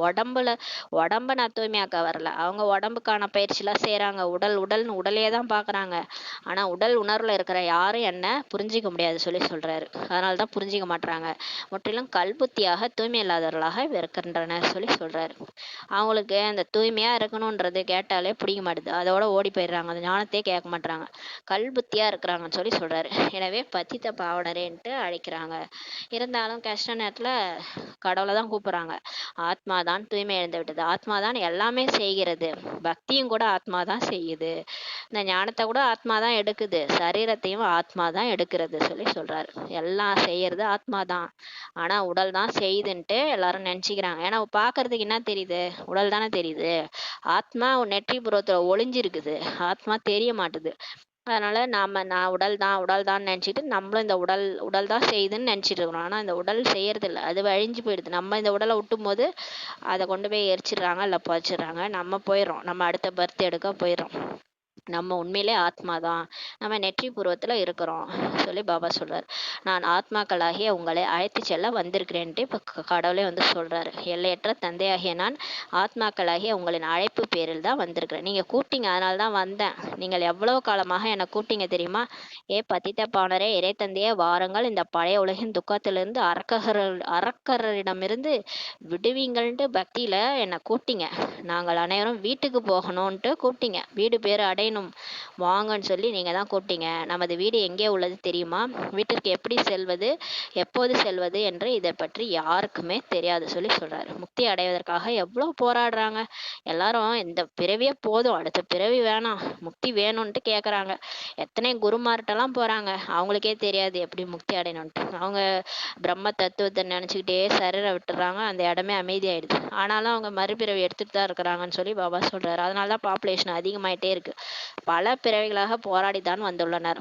அந்த குருமார்களுக்கு ஜீவன் முக்தியின் சுகத்தை பற்றியே தெரியாது. சன்னியாசிகளுக்கு உடல்ல இருந்துகிட்டே எப்படி முக்தி அடையிறது, அந்த சுகத்தை பத்தி தெரியாது. அவங்க சொர்க்கத்துக்கே போனது கிடையாது. அவங்க துவாபர யுகத்துல தான் நடிக்க வராங்க. சன்னியாச தர்மம். அவர்கள் முக்தியை தான் விரும்புறாங்க. அவங்க அமைதியா இருக்கணும்னு விரும்புறாங்க. பரந்தாமத்துக்கு போயிட்டா போதும், நடிப்பு வேணான்ட்டு விரும்புறாங்க. உலகில் அமைதி எப்படி உருவாகும் என கேட்குறாங்க. சன்னியாசிகளும் முக்தியை தான் அறிஞ்சிருக்கிறாங்க. ஜீவன் முக்தியை பற்றி அவங்களுக்கு தெரியாது. உடல்ல இருந்துகிட்டே எப்படி சுகமா எல்லாத்தையும் ஆத்ம உணர்வுல அனுபவிக்கிறதுன்றது சொர்க்கத்துல இருந்தவங்களுக்கு தான் தெரியும். அவங்க துவாபர யுகத்துலேருந்து வந்தவங்களுக்கு அந்த ஜீவன் முக்தி பற்றி தெரியாது. ஆனால் முக்தி, ஜீவன் முக்தி ரெண்டையுமே இப்போ யார் கொடுக்கறது? கடவுள் மட்டுமே தருகின்றார். வேற யாராலையும் முக்தி, ஜீவன் முக்தி கொடுக்க முடியாது. யாரெல்லாம் இதுதான் கடைசி கடைன்னு சொல்லியிருக்கிறாரு, இங்கே தான் வந்து எல்லாரும் ஞானம் எடுப்பாங்க. இந்த ஞானத்தை கேட்ட உடனே முக்தி அடைஞ்சிருவாங்க, ஜீவன் முக்தி யார் முக்தி கேட்குறாங்களோ அவங்க முக்தி கிடைச்சிடும். யார் ஜீவன் முக்தி கேட்டு ஒழுங்கா பாபா சொல்றத ஃபாலோ பண்ணி சொர்க்கத்துக்கு போறாங்களோ அவங்களுக்கு ஜீவன் முக்தி கிடைச்சிடும். நீங்கள் ஜீவன் முக்தியில் இருக்கும் பொழுது மற்றவர்கள் அனைவரும் முக்திக்கு சென்று விடுவார்கள். நம்ம சொர்க்கத்துல ஜீவன் முக்தியில இருக்கும்போது உடல்ல இருந்துகிட்டே முக்தி அடைஞ்ச நிலையில நம்ம வாழும்போது எல்லாரும் பரந்தாமத்துல இருப்பாங்கன்னு சொல்லி சொல்றாரு. இப்போது குழந்தைகள், நீங்கள் இவ்வாறு ஆவதற்காக இப்ப ஞானத்தை அடைகின்றீர்கள். நம்ம இப்ப சொர்க்கத்துக்கு போறதுக்காக, ஜீவன் முக்தி நிலையை அடையறதுக்காக இப்ப இந்த ஞானத்தை படிச்சுட்டு இருக்கிறோம். நீங்கள் தான் அனைவரை விட அதிகமாக சுகத்தை அடைந்தீர்கள், பிறகு அனைவரை விட அதிகமான துக்கத்தை நீங்க தான் அடைந்தீர்கள் சொல்லி சொல்றாரு. பாருங்க, உலகத்துல எல்லாரும் ஜாலியா தான் இருக்கிறாங்க. கிறிஸ்துவ தர்மம், முஸ்லீம் தர்மம்லாம் கூட நம்மளை விட அதிக சுகமா தான் இருக்கிறாங்க இந்த டைம்ல. ஏன்னு பாத்தீங்கன்னா நம்ம தான் சொர்க்க சுகத்தையே பார்த்துருக்குறோம், அதிக சுகத்தையே நம்ம பார்த்துருக்குறோம். அதனால இப்ப அதிக துக்கத்தையே இப்ப பாக்குறோம்னு சொல்லி சொல்றாரு வாழ்க்கையில. அதனாலதான் விநாசத்தை கூட நம்ம இப்ப பார்க்க போறோம். அவங்க வந்து அதிக துக்கமும் பார்க்கல, அதிக சுகத்தையும் அவங்க பார்க்கலன்னு சொல்லி சொல்றாரு. ஆதி சனாதன தேவதா தர்மத்தை சேர்ந்த நீங்களே பிறகு தாழ்ந்த தர்மமாகவும் கர்மமுடையவர்களாக ஆக்கிட்டீங்க. அதனாலதான் அந்த கோயிலெல்லாம் காமிச்சிருக்கிறாங்க. அசுத்தமான ஓவியங்கள்லாம் தேவதைகளுடைய சித்திரங்களே காமிச்சிருப்பாங்க. ஏன்னா நம்ம வாம மார்க்கத்துல போய் இந்த மாதிரி ஆயிட்டீங்கன்றது தான் அந்த கோயிலே அந்த சித்திரங்கள்லாம் இருக்குது. நீங்கள் தூய்மையான குடும்ப சூழ்நிலை இருந்தீங்க. இந்த லட்சுமி நாராயணரும் தூய்மையான குடும்ப சூழ்நிலை சேர்ந்தவர்கள் தான். வீடு வாசலை விடுவதோ சந்நியாச தர்மம் தான். சன்னியாசிகளும் முதலில் தூய்மையாக தான் இருந்தாங்க. நீங்களும் முதலில் மிகவும் நன்றாக தான் இருந்தீங்க. இப்போதுதான் இப்படி ஆயிட்டீங்க, தமோ பிரதானமாக ஆயிட்டீங்கன்னு சொல்லி சொல்றாரு. இது ஒரு டிராமா, சிவனின் திருவிளையாடல் சொல்லுவாங்கல்ல, இது நாடகத்தின் விளையாட்டுன்ட்டு இப்ப கடவுளே சொல்றாரு. இந்த படிப்பு புது உலகிற்கானதுன்ட்டு இப்ப கடவுளே வந்து புரிய வைக்கிறார். தூய்மை இல்லாத சரீரத்தில் தூய்மையற்ற உலகில் நாடக அனுசாரப்படி 5000 ஆண்டுகளுக்கு பிறகு மீண்டும் நான் வர வேண்டியதாகிறது. என்ன பண்றது, நான் வர வேண்டியதா இருக்குது. நீங்க இந்த மாதிரி வந்துட்டீங்க, வீணா போயிட்டீங்க. அதனால உங்களுக்காக இப்ப நான் வந்து இந்த தூய்மை இல்லாத சரீரத்துல, தூய்மை இல்லாத உலகத்துல வர வேண்டியதா இருக்குதுன்னு சொல்லி சொல்றாரு. கல்பத்தின் ஆயுள் லட்சக்கணக்கான ஆண்டுகள்லாம் கிடையாது. அதே மாதிரி நானும் எல்லா இடத்துலையும் வியாபிச்சிடல, சர்வ வியாபி நான் கிடையாது. கல்லுல இருக்கிறாரு, முள்ளுல இருக்கிறாரு, தூணுல இருக்கிறாரு, துரும்புல இருக்கிறாரு, உடச்சி பாருங்க கடவுள் வருவாருலாம் சொல்றாங்க. நான் எப்படி அங்கெல்லாம் இருக்க முடியும்? என்னோட இருப்பிடமே பரந்தாமன்னு சொல்லி சொல்றாரு. இவ்வாறு என்னை நீங்கள் நிந்தனை செஞ்சுட்டே வந்தீங்க. இருந்தாலும் கூட நான் உங்களுக்கு எவ்வளவு உபகாரம் செய்யறேன் பாருங்க. எந்த அளவு சிவபாபாவுக்கு நிந்தனை ஏற்படுகிறதோ அந்த அளவு வேறு யாருக்குமே ஏற்பட முடியாது. பாருங்க, கடவுளை எந்த அளவுக்கு திட்டணுமோ அவ்வளோ திட்டுறாங்க எல்லாரும் சொல்லி சொல்றாரு. அந்த மாதிரி உங்களை கூட திட்டி இருக்க மாட்டாங்க, என்னதான் திட்டுறாங்கன்னு சொல்லி சொல்றாரு. நிந்தனைன்னா அவ்வளோ இழுக்கு. பூனையில் கடவுள், நாயும் கடவுள், கல்லும் கடவுள் அப்படின்னு சொல்லியிருக்கிறாங்க. எந்த தந்தை உங்களை உலகத்துக்கே எஜமானராக ஆக்கினாரோ அவரை பற்றி சர்வ வியாபின்ட்டு சொல்லிட்டீங்களே, நீங்க தான் சொல்லிட்டீங்கன்னு சொல்லி சொல்றாரு. நிந்தனை செய்வதற்கும் ஒரு அளவு இருக்குது, எல்லை இருக்கிறது. எனவே தான் நான் மீண்டும் வந்து உங்களுக்கு, பாருங்க, நம்ம செஞ்சது தப்பு தான், இருந்தாலும் ஒரு அளவுக்கு தான் நிந்தனை செய்யணும். அதிகமா பண்ணாலும் அவர் வந்து என்ன செய்யறாரு, நமக்கு உதவிதான் செய்யறாராம். பாருங்க, கடவுளுடைய அந்த கருணை பாருங்க, கருணை கடல் வந்து நமக்கு மீண்டும் வந்து உபகாரம் தான் செய்யறாரு. உபகாரம் செய்கின்றேன்னு சொல்லி சொல்றாரு. இந்த நேரம் புருஷோத்தம சங்கமேகமாகும். நம்ம கூட பாருங்களேன், யாரா திட்டினாலும் திரும்பி கூட அவங்க பார்க்கவே மாட்டோம். ஆனா கடவுள் பாருங்க, எப்பேர்ப்பட்டவர் வந்து நமக்கு நம்ம தான் அவ்வளோ தப்பு பண்ணோம். ஆனா நமக்கே வந்து இந்த முரளி எடுத்து படிக்க வச்சு, திரும்ப நம்மள சொர்க்கத்துல கொண்டு போய் விடுறாரு. போனா போது குழந்தைங்க பாவம்ன்ட்டு. இந்த நேரம் புருஷோத்தம சங்கம் யுகம், கல்யாணக்காரி யுகம் ஆகும். இப்போது உங்களை தூய்மையாக்க நான் வந்திருக்கிறேன். தூய்மையாக்குவதற்கு எவ்வளவு சுலபமான வழிமுறையை நான் சொல்லிக் குடுக்குறேன். இதுக்கு மேல யாராவது ஈஸியா சொல்லிக் குடுக்க முடியுமா? ஆத்மான்னு புரிஞ்சுட்டு என்ன வீட்ல இருந்தே நினைங்க. எங்கேயும் போ வேணாம். வீட்டுக்குள்ளேயே என்ன வேலை வேணா செய்யுங்க. ஆனா என்ன மட்டும் நினைச்சுக்கங்கன்னு சொல்றாரு. நீங்கள் பக்தி மார்க்கத்தில் மிகவும் அலைஞ்சிட்டீங்க பாவம். குளங்களில் கூட நீராட செல்கின்றனர். இதன் மூலம் தூய்மையாக ஆயிடுவோன்ட்டு தெரிஞ்சுக்கிறாங்க. ஆக தண்ணீர் எங்கிருக்கிறது, மேலும் பத்தித பாவனர் தந்தை எங்கிருக்கிறார். அவை அனைத்தும் பக்தி மார்க்கமாகும். தண்ணியில குளிச்சா தூய்மை ஆயிடுவீங்களா? திரும்ப வீட்டுக்கு வந்து அதே பாவத்தை தானே செய்றீங்க. காமத்துல போறீங்க, கோபத்துல ஈடுபடுறீங்க, கோபமா அடிக்கிறீங்க, உதைக்கிறீங்க, கொலை பண்றீங்க. உடனே மறுநாள் போய் கங்கையில குளிச்சுட்டா பாவம் போயிருமான்னு சொல்லி கேக்குறாரு. பாவம் போய் இந்நேரம் முக்திக்கு போயிருந்தா நீங்க இந்நேரம் பாப்புலேஷன் கம்மியா இருக்கணும்ல. யாரும் என்கிட்ட வரல. பாப்புலேஷன் தான் அதிகமாயிட்டு இருக்குது. இங்கே தான் பொறந்து பொறந்து பாவத்தெல்லாம் அனுபவிச்சுட்டு இருக்கிறாங்கன்னு சொல்லி பாபா சொல்றாரு. இது ஞான மார்க்கமாகும். மனிதர்கள் எவ்வளவு ஆழ்ந்த இருள்ல இருக்கிறாங்க பாருங்க. கும்பகர்ணத்தோட தூக்கத்துல தூங்கி விட்டனர். அதாவது ஆத்ம உணர்வு இழந்து தேக உணர்வுல இருக்கிறாங்க. விநாச காலத்துல விபரீத புத்தியால் பெரு நஷ்டம் என்று கூறப்படுது. நீங்க அறிஞ்சிருக்கிறீங்கன்றார். இப்போது நீங்க வரிசைப்படியான முயற்சியின் ஆதாரத்துல அன்பான புத்தியுடர்களாக இருக்கின்றீர்கள். இன்னும் முழுமையாகவில்லை. ஏனென்றால் மாயா அடிக்கடி நம்மளை மறக்க வச்சிருது. இப்ப எல்லாருமே முயற்சி தான் பண்ணிட்டு இருக்கோம் வரிசை கிரமமா. ஆனா யாரும் சம்பூர்ணமாகல, பாபா சமான் ஆகல. ஏன்னா மாயா நம்மளை மறக்க வச்சிருதுன்றாரு. இதுவே 5 விகாரங்களின் யுத்தமாகும். இப்ப அந்த 5 விகாரத்துல இருந்து நம்ம வெளியே வந்துட்டு இருக்கிறோம். பஞ்ச விகாரங்கள் ராவணன் என சொல்லப்படுகிறது. ராவணன் மீது கழுதை தலை கட்டப்பட்டிருக்கிறது சொல்லி சொல்றாரு. தந்தை இதையும் புரிய வைக்கின்றார். பாடசாலையில் ஒருபோதும் கண்களை மூடி அமர்வதில்லை. கண்களை மூடி அமர்ந்து பகவானை நினைவு செய்வதற்கான போதனை பக்தி மார்க்கத்தில் தரப்படுகிறது. இதுவோ பாடசாலை. ஸ்கூல்ல யாராவது கண்ணை மூடிட்டு உட்காந்துருப்பாங்களா? அதனால இங்க இது ஸ்கூலு, பாடசாலை. அதனால கண்ணை திறந்துட்டு தான் உட்காரணும். ஏன்னா நம்மளை விடுவிக்க வந்திருக்கிறார். பார்வை மூலம்தான் நம்மளை விடுவிப்பவர். இவர் மந்திரவாதியாக இருக்கிறார் என சொல்லப்படுகிறது. கடவுள் வந்து மந்திரவாதி. பார்வையில என்ன பண்ணிடுவாரு, மனிதனை தேவதையா மாத்திருவாரு. ஆக இதுவும் மகிமைதான். தேவதைகளும் பார்வையால் விடுவிக்கப்பட்டு உயர்வடைபவர்கள். பார்வை மூலம் மனிதர்களை தேவதைகளாக மாற்றுபவர் மந்திரவாதி தானே சொல்லி சொல்றாரு. தந்தை வந்து ஆத்மாவோட பேட்டரியை இப்ப சார்ஜ் செய்யும் போது குழந்தைகள் கண்ணை மூடி அமர்ந்தால் என்ன சொல்வது சொல்லி சொல்றார். கண்ணை மூடி உக்காந்தா நான் எப்படி உங்க பேட்டரியை சார்ஜ் செய்யறதுன்னு சொல்லி கேக்குறாரு. கண்ணை திறந்தாதான் உங்க பேட்டரியை சார்ஜ் பண்ண முடியும். ஆத்மா இரு கண்ணுக்கு நடுவுல, புருவ மத்திக்கு நடுவுல ஆத்மா வீட்டு இருக்கிறது.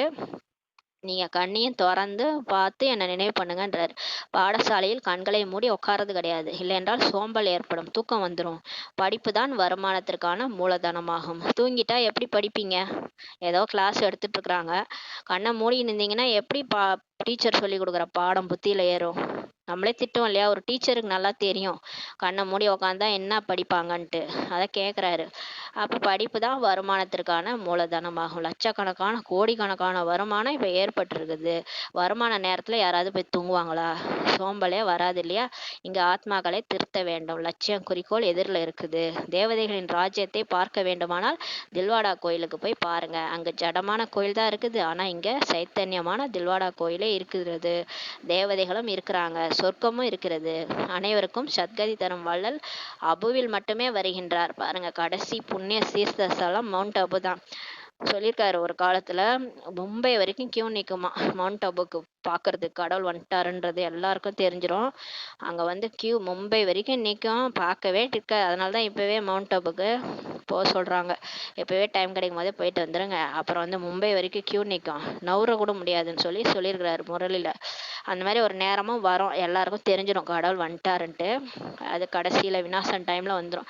அதனால எல்லாருக்கும் சத்கதி கொடுக்கக்கூடிய வள்ளல் இறைவன் வந்துட்டார். எங்க வந்துட்டாரு? அபுல் மட்டுமே வந்திருக்கிறார். இதுதான் அனைத்தையும் விட பெரிய தீர்த்த ஸ்தலமாகும். பாரதம் புண்ணிய பூமி. இதுதான் பெரிய தீர்த்த ஸ்தலம். ஆனால் மறைவாக இருக்கிறது. ஆனா இப்ப குப்தமா இருக்குது.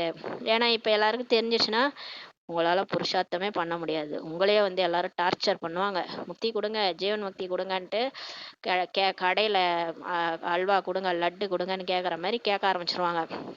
அதுக்கு நீங்க ரெடியா அப்படின்னு கேட்குறாரு பாபா. நீங்க ரெடி ஆகுற வரைக்கும் இந்த கூட்டம்லாம் இங்க வராது, இப்படியே தான் இருப்பாங்க, யாரும் வரமாட்டாங்கன்றாரு.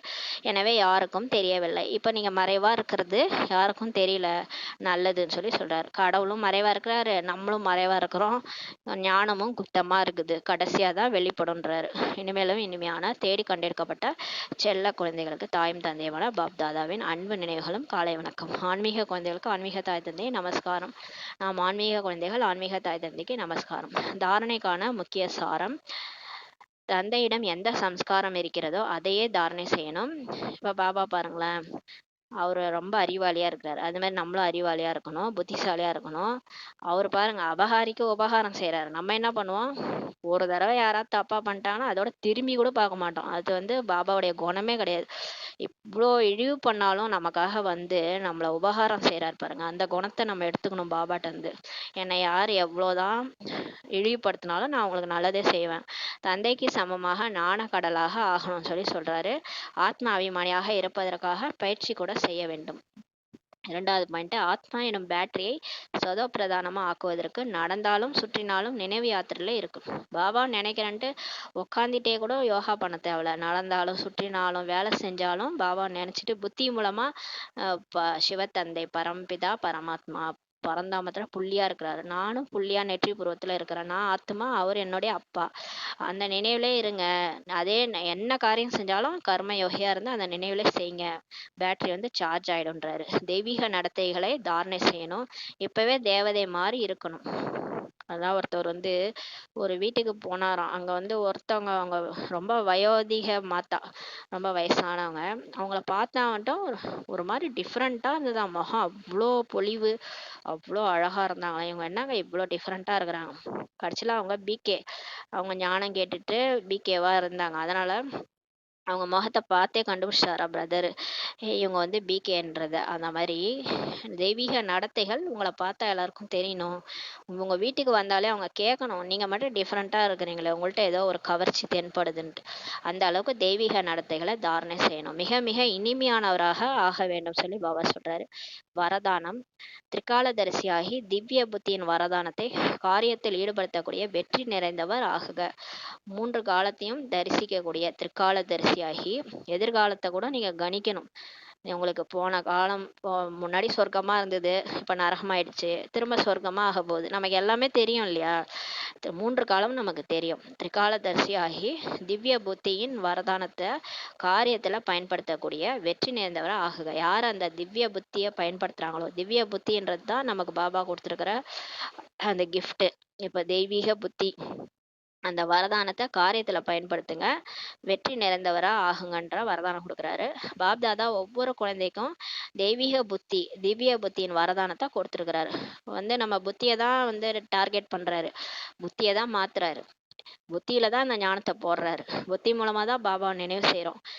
புத்தி சொல்லுது, இது தப்பு, இது ரைட்டு, இதை செய்யாத, இதை செய்யு, இதெல்லாம் சொல்றது யாரு? புத்தி தான். இப்போ ஒரு சாம்பார் வைக்கிறோம், யார் சொல்றது கடுகை போடு, உளுந்த போடு, அடுத்து இதை போடு, அதை போடுன்னு யார் சொல்றது? ஆத்மால இருக்கிற புத்தி தான் சொல்லுது. ஒரு தடவை பாக்குது கண்ணு, அடுத்த தடவையா ஸ்டோர் பண்ணிக்குது புத்தியில. புத்தி தான் சொல்லுது இல்லையா, உனக்கு என்ன நல்ல புத்தியா கெட்ட புத்தியான்னு. ஏன் உன் புத்தி இப்படி இருக்குன்னு சொல்லி திட்டுவோம் இல்லையா, அது ஆத்மால தான் இருக்குது புத்தி. கடவுள் அந்த புத்தியை தான் டார்கெட் பண்றாரு, புத்தியை தான் மாத்தி விட்டுறாரு, திவ்ய புத்தியா ஆக்கி வரதானத்தையே கொடுத்துட்றாரு. அந்த புத்தியில அந்த ஞானத்தை போட்டுக்கினே இருக்கிறாரு.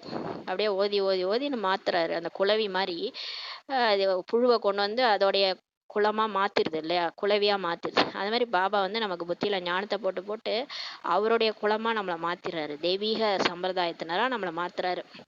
இப்ப திவ்ய புத்தி மூலம் தான் பாபாவை, தன்னைத்தானே மற்றும் 3 காலங்களையும் தெளிவாக அறிந்து கொள்ள முடியும். நம்ம எதன் மூலமா கடவுளை தெரிஞ்சுக்கிறோம், நம்ம யாருன்னு தெரிஞ்சுக்கிறோம், மற்றும் 3 காலமும் நமக்கு எப்படி தெரிஞ்சுக்க முடியும்னா இந்த தெய்வீக புத்தி மூலமா தான் சொல்லி சொல்றாரு.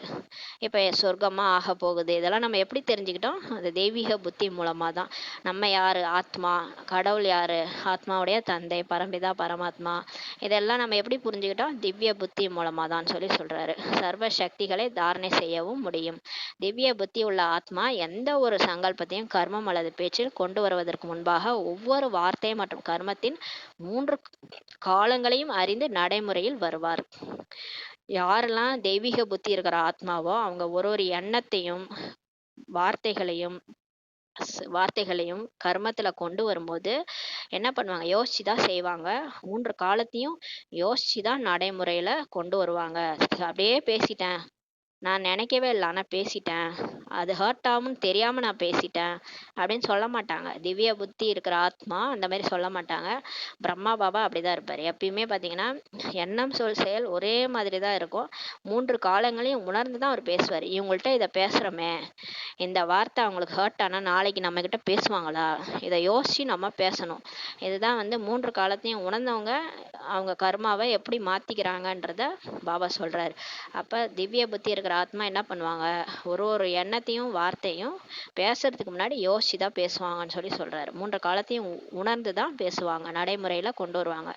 அவர்களுக்கு முன்னால் கடந்த காலம் மற்றும் வருங்காலம் கூட அவ்வளவு தெளிவாக இருக்கும். அவங்களுக்கு தெரியும் பாஸ்ட் எப்படி இருந்தது, ஃபியூச்சர் எப்படி இருக்கும் அப்படின்றது அவங்களுக்கு தெளிவா இருக்கும்னு சொல்றாரு. இப்ப இங்கேயே பாத்தீங்கன்னா பிகேஸ்ல நம்ம தான் இப்படி இருக்கிறோம். ஞானம் படிச்சா கூட நம்ம புத்தி மாற மாட்டுது. ஆனா அந்த காலத்துல ஜெகதீஷ் பாய் இவங்கெல்லாம் இருந்தாங்களே, அவங்கெல்லாம் யார் அடுத்து யார் சரீரம் விட போறாங்க அதை கூட தெரிஞ்சிருந்தாங்க. அது மாதிரி குல்சா தாதி கூட ஜானகி தாதி சரீரம் விட்டும் போது எனக்கு தெரியும்னு சொன்னாங்க. எனக்கு தெரியும் ஜானகி தாதி சரீரம் விட்டுட்டாங்க அப்படின்னு சொன்னாங்க. ஆனா இவங்க வேற இடத்துல இருந்தாங்க, அவங்க வேற இடத்துல இருந்தாங்க. இருந்தாலும் அவங்க சரீரம் விட்டது இவங்களுக்கு தெரிஞ்சிருந்தது. அந்த அளவுக்கு கிளியரா ஆத்ம உணர்வுல இருந்திருக்கிறாங்க. யார் உடல்ல விட போறாங்க, அடுத்து என்ன நடக்க போகுது, இன்ச்சு பை இன்ச்சு எல்லாமே அவங்களுக்கு தெரியும். அந்த அளவுக்கு ஆத்ம உணர்வுல இருந்தாங்க. ஆனா நம்ம எப்படி இருக்கிறோம் பாருங்க. அதை பாபா சொல்றாரு. யார் இந்த தெய்வீக புத்தியோட திரிகால தரிசியா இருக்கிறாங்களோ அவங்களுக்கு நிகழ்காலமும் தெளிவா இருக்கும். எனக்கு நடக்கிறதெல்லாம் கரெக்டு தான், எல்லாமே கரெக்டா நடந்துட்டு இருக்குது, அடுத்து நடக்க போதும் இதான் நடக்க போகுதுன்ட்டு அவங்களுக்கு தெளிவா தெரியும்னு சொல்றாரு. வருங்காலமும் தெளிவா தெரியும். நிகழ்காலம் தெளிவா இருக்கிறது போல வருங்காலமும் அவங்களுக்கு தெளிவா இருக்கும்னு சொல்றாரு. அத்தகைய திவ்ய புத்தி உள்ளவர்கள் திரிகால தரிசிகளாக இருப்பதனாலதான் சதா வெற்றி நேர்ந்தவர்களாக ஆகிடுவாருங்க. அந்த மாதிரி யார் தெய்வீக புத்தி இருக்கிறாங்களோ அவங்களுடைய கர்மம் பக்காவா இருக்கும், அக்யூரேட்டா இருக்கும், கரெக்டா நடந்துக்குவாங்க, எல்லார்ட்டையும் கரெக்டா பேசுவாங்க, கரெக்டா நடந்துக்குவாங்க. அதனால அவங்க வாழ்க்கையே சதா வெற்றி நேர்ந்தவர்களா ஆகிடுவாங்கன்னு சொல்றாரு. ஸ்லோகன்: சம்பூர்ண பவித்திரதாவை தாரணை செய்பவர்கள் தான் பரமானந்தத்தை அனுபவம் செய்ய முடியும். பவித்திரதான்றது தூய்மைன்றது வெறும் பிரம்மச்சரியம் மட்டும் கிடையாது. நான் தூய்மையா இருக்கிறேன், நான் இல்லறத்துல இருக்கிறேன் தூய்மையா இருக்கிறேன், அது மட்டும் கிடையாது. அதுவும் இருக்கணும். அதுக்காக அது இல்லாம வெறும்னே எண்ணம் சொல் செயல நான் கள்ளங்கபடலாம் இருக்கிறேன் ஆனா நான் சுத்தமா இல்லை அப்படியும் சொல்லக்கூடாது. ரெண்டுமே இருக்கணும். பிரம்மச்சரியம் இருக்கணும், அது மட்டும் கிடையாது. எண்ணம் சொல் செயல்ல எண்ணத்துல ஒண்ணு, பேச்சுல ஒண்ணு, செயல்ல ஒண்ணு. இதோ வரேன் பாபா செய்யறேன் பாபான்னு சொல்லிட்டு செய்யாம இருக்கிறது, அப்புறம் எண்ணத்துல ஒன்ன வச்சுக்கிட்டு வார்த்தையில வேற ஒண்ணு பேசுறது, இது எல்லாமே தூய்மையற்ற தன்மை. ஆனா பாபா சொல்றார் சம்பூர்ண பவித்திரதா, யார் எண்ணம் சொல் செயல் எல்லாத்துலயுமே தூய்மையா பாபாவுக்கு உண்மையா இருக்கிறாங்களோ, யார் தாரணை செய்யறாங்களோ அவங்கதான் பரமானந்தத்தை இந்த வாழ்க்கையில அனுபவம் செய்ய முடியும். பேரானந்தம் சொல்லுவாங்கல்ல, அந்த இந்திரியங்களுக்கெல்லாம் அப்பாற்பட்ட அந்த அதீந்திரிய சுகத்தை எப்ப உணர முடியும், பாபாவுக்கு உண்மையா இருக்கும்போது தான் நம்மளால உணர முடியும். அப்ப சம்பூர்ண தூய்மையா இருக்கிறவங்களதான் அந்த பரமானந்தத்தை அனுபவம் செய்ய முடியும்னு பாபா சொல்றாங்க. ஓம் சாந்தி.